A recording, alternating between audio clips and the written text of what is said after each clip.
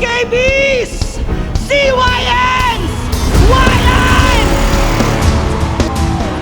Legacy Warriors!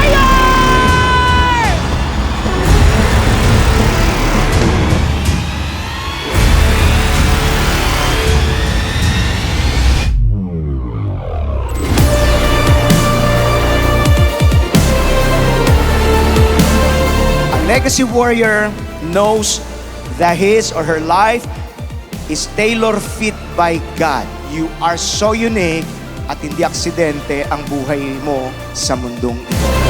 This worship is a powerful weapon when you use it for God fights for you. You are not just inheriting a story, you are writing the next chapter. Son, why we are here? Jesus!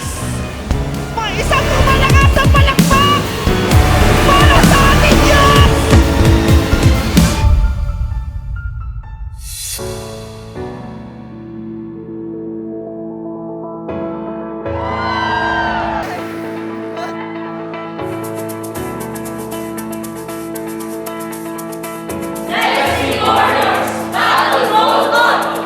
Are the Legacy Warriors of JIL Bangalore! In the church, naglalakbay ka ng hindi takot. Naglalakbay ka ng isang mandirigma. Lumuluha ka pero patuloy kang lumalaban sa pananampalataya. Umiiyak ka pero hindi ka sumusuko. Nasasaktan ka pero patuloy kang naglilingkod ng may katapatan. Purihin ang Panginoon. Legacy Warriors! Battle Focus! We are Legacy Warriors! The battle is in our hands. This is not just an event. This is not just a gathering.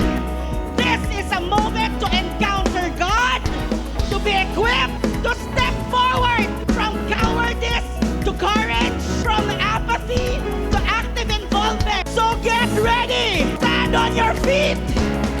We stand for Jesus in our generation.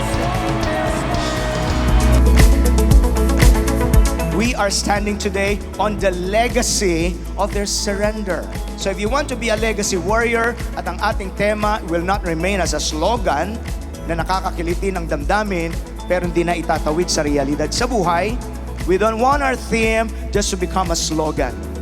We want our theme to become a spiritual experience. Lugar na ito, ipinapakita po natin.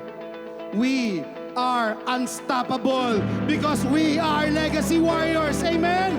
Can we give the Lord the best clap offering of praise? Battle Focus! Legacy Warriors! Battle Focus!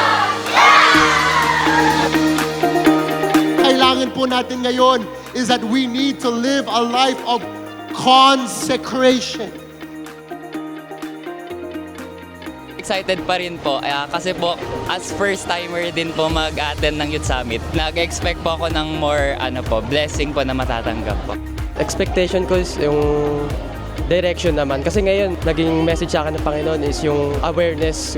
Kumbaga, minulat pa lang tayo ng Panginoon sa araw na ito. In 10 seconds, bakit nga nasa Youth Summit? May experience pa yung presence nila.